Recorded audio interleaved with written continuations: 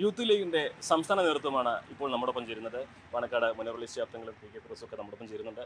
ഞങ്ങൾ ഇപ്പോൾ യൂത്തിന് വേണ്ടി യൂത്ത് സ്കാനും യൂത്ത് കോൺക്ലേവും ഒക്കെ സംഘടിപ്പിച്ച് അവരെ അഡ്രസ്സ് ചെയ്യാനാണല്ലോ ശ്രമിക്കുന്നത്, അല്ലേ? തീർച്ചയായും യുവാക്കൾ ഇവിടെ അനുഭവിക്കുന്ന ഒരുപാട് പ്രശ്നങ്ങളുണ്ട്. അത് അഡ്രസ്സ് ചെയ്യുക, അതിന് വേണ്ട നിർദ്ദേശങ്ങൾ നൽകുക. അതിന് ഒരുപാട് എക്സ്പേർട്ടുകളെയും അതുപോലെ യുവാക്കളെയൊക്കെ വിളിച്ചുകൊണ്ട് ഒരു കോൺക്ലേവ് നടത്തുന്നുണ്ട്. അതുപോലെ യൂത്ത് സ്കാൻ എന്ന് പറഞ്ഞ യുവാക്കളുടെ അടുത്ത് പോയി അവർ QR കോഡ് കൊടുത്ത് സ്കാൻ ചെയ്ത് ചോദ്യാവലികൾ കൊടുക്കും. അതിൽ അവർക്ക് പറയാനുള്ളത് പറഞ്ഞുകൊണ്ട് അതിൽ നിന്നൊക്കെ അഭിപ്രായങ്ങൾ സ്വീകരിച്ചുകൊണ്ട് അടുത്ത 5 വർഷം യുവാക്കളെ എങ്ങനെ ശാക്തീകരിക്കാം എന്നതിനെക്കുറിച്ചുള്ള വ്യക്തമായ ഒരു ചിത്രം കൊടുക്കുക എന്നുള്ള ഉദ്ദേശത്തിലാണ് ഞങ്ങൾ ഈ പരിപാടി നടത്തുന്നത്. യൂത്ത് ലീഗ് അഡ്രസ്സ് ചെയ്യുന്ന യുവത്വത്തെയാണ്. സ്വാഭാവികമായിട്ടും യൂത്ത് ലീഗ് ആവശ്യപ്പെടുന്ന കാര്യങ്ങളപ്പോൾ നേതൃത്വം അംഗീകരിക്കുന്നു കരുതുന്നുണ്ട്. കൂടുതൽ സീറ്റ് എപ്പോഴും എല്ലാ തവണയും ചർച്ചകൾ വരുന്നതാണ്. കഴിഞ്ഞ തവണ 3 സീറ്റിലാണ് യൂത്ത് ലീഗ് മത്സരിച്ചത്. ഇത്തവണ അതിലധികം കിട്ടുമെന്ന് പ്രതീക്ഷിക്കാൻ പറ്റുമോ? അല്ല, ഈ 3 സീറ്റ് കഴിഞ്ഞ തവണ വന്നെന്നുള്ളത് വലിയ ഒരു റേഷ്യോ തന്നെയാണ്. കാരണം 27 സീറ്റിലാണ് നിങ്ങൾ മത്സരിച്ചത്. അതിൽ യുവാക്കളുണ്ട്, അതുപോലെ മറ്റ് കഴിവുള്ള ആളുകളുണ്ട്. അതുകൊണ്ട് ഇത്തവണയും ഈ ത്രിതല പഞ്ചായത്തിൽ ഏറ്റവും കൂടുതൽ മത്സരിച്ച യുവാക്കളാണ്. അതുകൊണ്ട് ഈ ഒരു തവണയും യുവാക്കൾക്ക് പ്രാതിനിധ്യം ഉണ്ടാവും, അംഗീകാരം ഉണ്ടാവും. നമുക്കുള്ള അർഹതയ്ക്കുള്ള അംഗീകാരം ഞങ്ങൾ കിട്ടുമെന്നതിനെയാണ് ഞങ്ങൾ വിശ്വസിക്കുന്നത്. എത്ര സീറ്റ് കിട്ടും? എങ്ങനെ ആർക്ക് യൂത്ത് ലീഗിന് എത്ര സീറ്റ് കിട്ടുമെന്നല്ല, UDF-ന് 100-ലധികം സീറ്റ് കിട്ടുമെന്നുള്ള കാര്യത്തിൽ ഞങ്ങൾക്ക് നല്ല വിശ്വാസമുണ്ട്. അതിനു വേണ്ടിയുള്ള പ്രവർത്തനങ്ങളിലാണ് ഞങ്ങളിപ്പോൾ മുഴുകിക്കൊണ്ടിരിക്കുന്നത്. അതിനകത്ത് യൂത്ത് ലീഗിന് വിജയസാധ്യതയുള്ള സീറ്റുകളിൽ പാർട്ടി പരിഗണിക്കുമെന്ന കഴിഞ്ഞ കാലങ്ങളിൽ പരിഗണിച്ചിട്ടുണ്ട്. ഇത്തവണയും പാർട്ടി അത് പരിശോധിച്ച് പരിഗണിക്കുന്നതാണ് ഞങ്ങൾ വിശ്വസിക്കുന്നത്. 3 ടേം വ്യവസ്ഥ എപ്പോഴും ചർച്ച ചെയ്ത ഒന്നാണ്. കഴിഞ്ഞ തദ്ദേശ തെരഞ്ഞെടുപ്പിലും ചർച്ച ചെയ്തതാണ്. ഇത്തവണ അതിൽ ഒരുപാട് പേർക്ക് ഇളവ് നൽകും എന്നാണ് പറഞ്ഞു കേൾക്കുന്നത്. ചർച്ചകൾ നടക്കുന്നുള്ളൂ എന്ന് അറിയാം. എങ്കിൽ പോലും അത്തരത്തിലൊരു ഇളവ് നൽകുന്നത് അംഗീകരിക്കാൻ കഴിയുന്ന കാര്യമാണ്. അതായത് 3 ടേം എന്നുള്ളത് മാത്രമല്ല, പ്രത്യേകിച്ച് നിയമസഭാ തെരഞ്ഞെടുപ്പിൻ്റെ കാര്യത്തിൽ പരിചയസമ്പന്നർ കൂടി നിയമസഭകത്ത് വേണ്ടി വരും. ഇപ്പോൾ ലോക്കൽ ബോഡിയെ പോലെ അല്ല നിയമസഭ എന്ന് പറയുന്നത്, കുറച്ചുകൂടി വലിയൊരു ബോഡിയാണ്. അതിനകത്ത് പരിചയസമ്പന്നർ വേണം. അത് മാത്രമല്ല, അപ്പോൾ 3 ടേം ഒരാളിപ്പോൾ ഒരു തവണ MLA ആയാൽ 3 ടേം വരെ നിർബന്ധമായിട്ടും അയാളെ മത്സരിപ്പിക്കണം എന്നുമില്ല. അയാളുടെ പെർഫോമൻസ് നോക്കി ഇപ്പോൾ ഒരു ടൈമിൽ തന്നെ അദ്ദേഹത്തിൻ്റെ പെർഫോമൻസ് കുറവാണെങ്കിൽ പിന്നെ എന്തിനാണ് അദ്ദേഹത്തെ മത്സരിപ്പിക്കുന്നത്? അപ്പോൾ പാർട്ടി പരിശോധിക്കേണ്ടത് പെർഫോമൻസ്, അതുപോലെ തന്നെ പരിചയസമ്പത്ത്, അതുപോലെ തന്നെ നിയമസഭയിലും അതുപോലെ പാർട്ടിക്കും അവർക്ക് നൽകാൻ കഴിയുന്ന കോൺട്രിബ്യൂഷന്, കേരളത്തിൽ ജനങ്ങൾക്ക് കൊടുക്കാൻ കഴിയുന്ന കോൺട്രിബ്യൂഷൻ, ഇതെല്ലാം പരിഗണിച്ചിട്ട് വേണം പാർട്ടിയുടെ സ്ഥാനാർത്ഥിയെ പ്രഖ്യാപിക്കേണ്ടത് എന്നുള്ള അഭിപ്രായമാണ് യൂത്ത് ലീഗിനുള്ളത്. ഇടതുപക്ഷ എല്ലാ പ്രസംഗങ്ങളിലും ജമായത്തെ മുൻനിർത്തിയാണ് UDF-നെ ആക്രമിക്കുന്നത്. അങ്ങ് നേരത്തെ പറഞ്ഞത് കേട്ടു ജമായത്ത് ഒരു ചെറിയൊരു സംഘടനയാണ് എന്നുള്ളത്.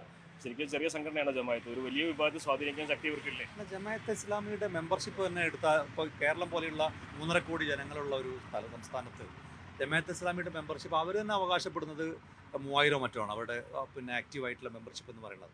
അപ്പോൾ ഇത് മറ്റ് പാർട്ടികളൊക്കെ ആയിട്ട് കമ്പയർ ചെയ്യുമ്പോൾ അവർ ചെറിയ പാർട്ടിയാണ്, സംശയമില്ല. മാത്രമല്ല, കേരളത്തിൽ ഇപ്പോൾ ചർച്ച ചെയ്യേണ്ടത് ജമാഅത്തെ ഇസ്ലാമിയാണോ? കഴിഞ്ഞ 10 വർഷമായി ഭരിച്ചുകൊണ്ടിരിക്കുന്ന ഒരു പാർട്ടിയുടെ പ്രധാനപ്പെട്ട ചർച്ചാ വിഷയം ജമാഅത്തെ ഇസ്ലാമി. ഇത് നരേന്ദ്രമോദിയുടെ ഒരു പൊളിറ്റിക്കൽ ലൈനാണ്.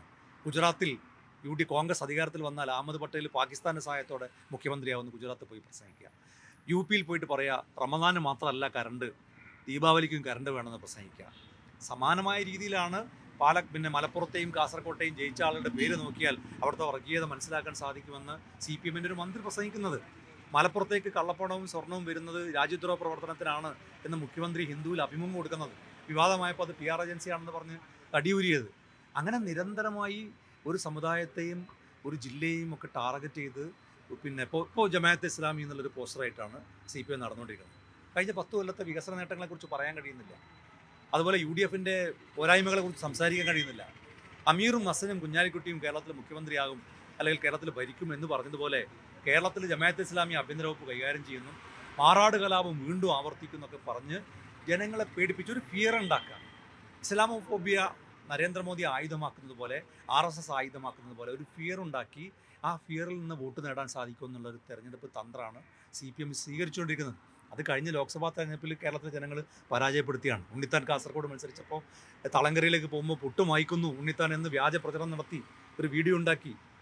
വടകരയിൽ കാഫിർ സ്ക്രീൻഷോട്ട് ഉണ്ടാക്കി. കോഴിക്കോട്ട് കരീം ഖാൻ എന്നുള്ള പോസ്റ്റർ ഇറക്കി.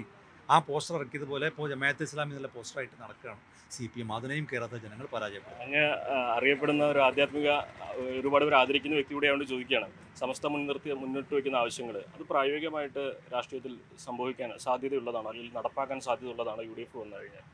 അല്ല, സമസ്ത ഇവിടെ പറഞ്ഞ കാര്യങ്ങൾ അവരുടേതായ ഒരു സംഘടനാ നിലയ്ക്ക് ഒരു ഇസ്ലാമിക ഐഡിയോളജിയിൽ നിന്നുകൊണ്ട് പ്രവർത്തിക്കുന്ന പ്രസ്ഥാനമാണ്. അവരുടെ ആവശ്യങ്ങൾ അത് സർക്കാർ എന്താണ് ചെയ്യേണ്ടതെന്നുള്ള ആവശ്യങ്ങൾ സർക്കാർ അത് ചെയ്യാൻ പിന്നെ താല്പര്യപ്പെടും. ഒരു സംഘടന പറയുമ്പോൾ അതിൻ്റേതായ കാര്യങ്ങൾ ചെയ്തു കൊടുക്കേണ്ട സർക്കാരാണ്. അപ്പോൾ അത് ചെയ്തു കൊടുക്കുന്നതുകൊണ്ട് പിന്നെ വേറെ പിന്നെ പ്രശ്നങ്ങളോ കാര്യങ്ങളൊന്നും ഇല്ല. UDF വന്നാൽ അതിന് സാധ്യതയുണ്ട്, അങ്ങനെ പറയാം അല്ലേ? എങ്ങനെ UDF വന്നു കഴിഞ്ഞാൽ സമസ്ത മുന്നോട്ട് വെച്ച ആവശ്യങ്ങൾ പരിഗണിക്കുന്നതിന് ഒരു സാധ്യതയുണ്ട്. അതെ, അത് അതിൻ്റെ മെറിറ്റ് അനുസരിച്ച് സർക്കാർ എന്താണോ അതിനെ മെറിറ്റും ഡിമെറിറ്റൊക്കെ നോക്കി അത് ആവശ്യമാണെങ്കിൽ അത് നല്ല രീതിയിൽ അത് സ്വീകാര്യമാണെങ്കിൽ അത് സർക്കാർ ചെയ്യുന്നുള്ളതാണ്.